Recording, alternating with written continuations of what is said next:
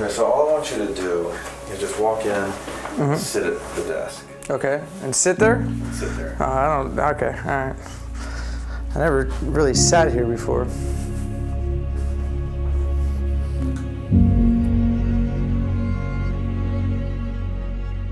I would characterize it as not a typical story.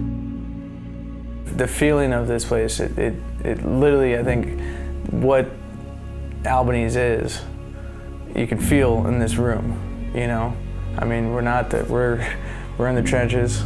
We have a lot of passion for what we do.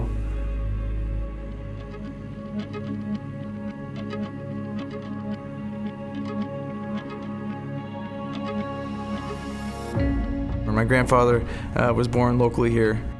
He was the youngest of 6 children. His family had immigrated from Italy, and he was really the first in his family to go to high school. Started at college before he was, picked to go to fight World War II. But he did go and play minor league ball up in Tacoma, and there he met my grandmother. They got married. His brother was a contractor and then got into ready mix, and grandfather came back and worked with him, and then 5 years after, 1955, decided to start Joseph J. Albanese, start his own company. Uncle Joe instilled such camaraderie with all of his employees, and he would instill in them the passion to take care of the customer, work hard, and those customers will be back. He was very ambitious, but I'm not sure how far his ambition was. His vision was patios and driveways, nothing big. That was just a different vision than my father had. John came along in the mid-'70s after he worked for Central Concrete. He was a little fearful of the growth and the aggressiveness that John brought on. My dad, being the personality that my dad had, leveraged what Grandpa Joe had started and was absolutely focused 100% on growth. It was definitely driven by competitive spirit, but also it was important to note that it was necessary. The company needed to grow. Iconic story that's said around here is my father got us a curb machine kind of behind my grandfather's back. My grandfather was a bit surprised and nervous when that expensive machine showed up, but from there the rest is kind of history from what we ended up doing with that curb machine and parlaying it into what it is today. I have letters, that correspondence that was between his mother and my father when he was in Vietnam, and they shed light into who he was at his core. There was at one point my grandmother working as hard as she can to get him home, and had a doctor visit him on his past head injuries. Sternly told my grandmother in a respectful way he loved his mother, but sternly told her that do not ever try to do this again. I'm staying with my team. I'm staying until my time is done. And I think that speaks to kind of the commitment level that he had in anything that he was a part of.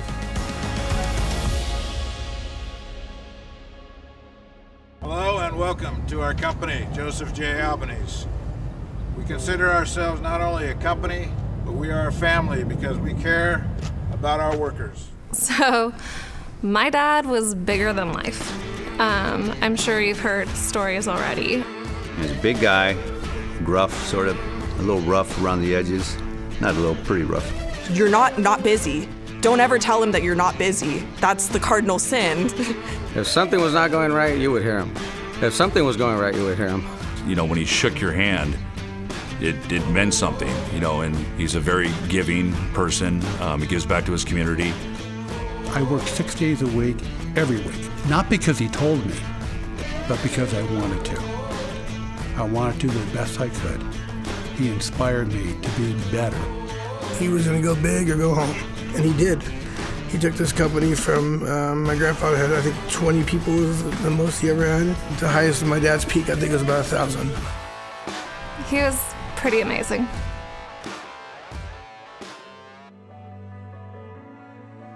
He grew this company substantially. He took risks that most people would not take.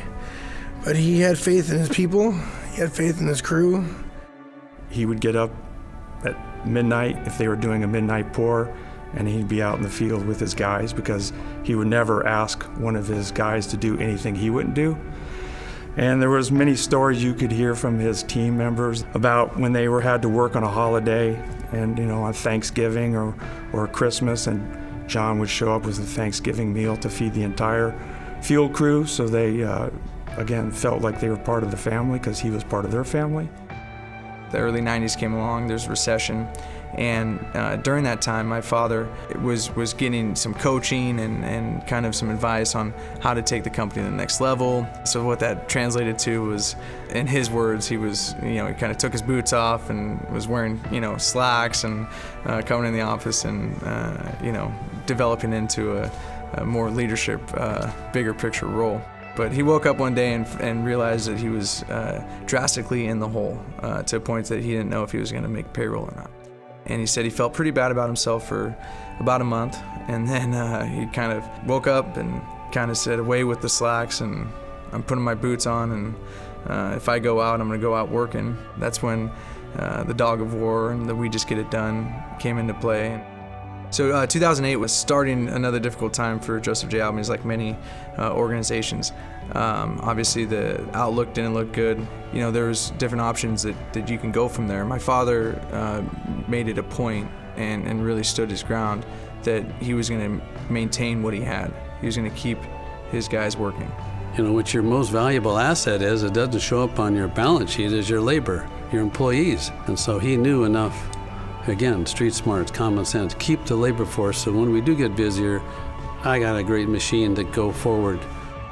His decision and his mindset and really the organization's response allowed more people to continue working, allowed more people to continue putting food on their table, and allowed more people's skills to continue to flourish as they're working, which in turn drove the team coming back and the economy coming back and us being in a good position to take advantage of that.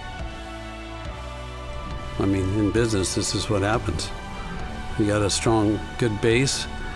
Second generation comes in and jumps off that base and takes it to another level, and that's been the success of most businesses, especially J.J. Albanese.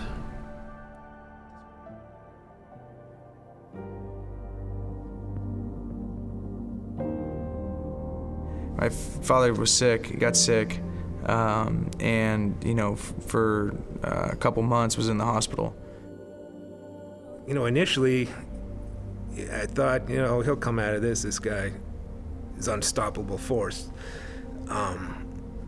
But things just took a turn for the worse. I was devastated. He was a brother, a father, I get emotional talking about it. I still miss him.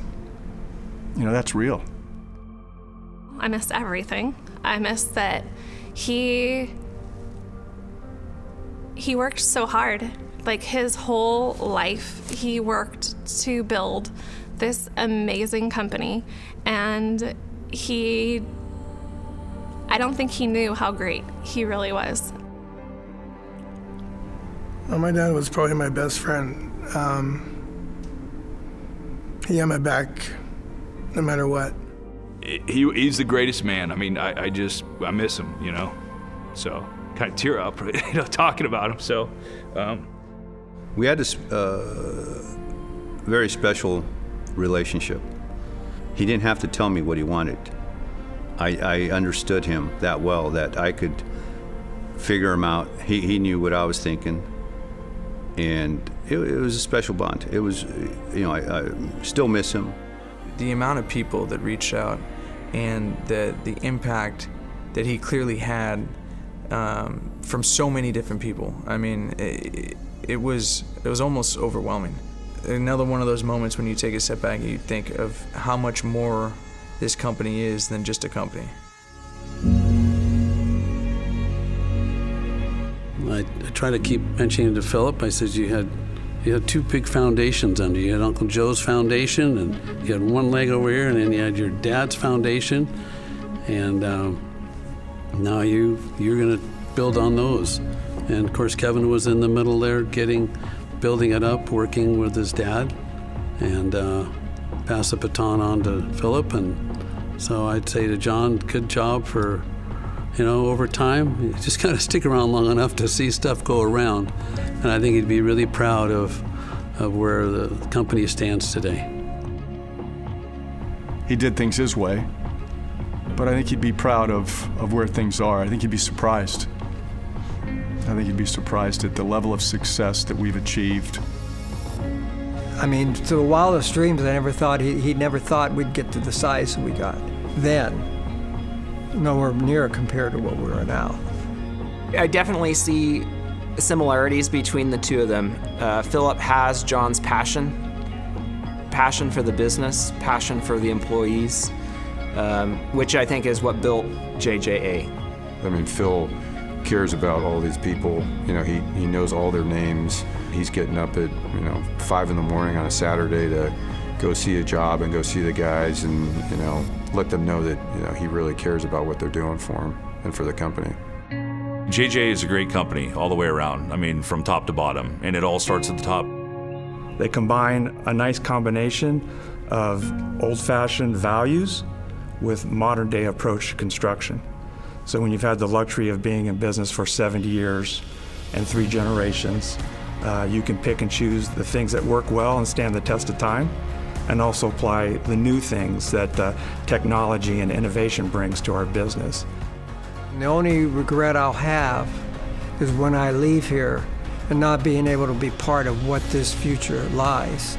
The American Dream and Joseph J. Albanese, it is a story. I think it is another one of many that fit the idea of the American Dream, insofar as it was started by an immigrant Italian family, and still to this day it's an engine for so many first-generation families, and their successes here as well. It's cool, way cool.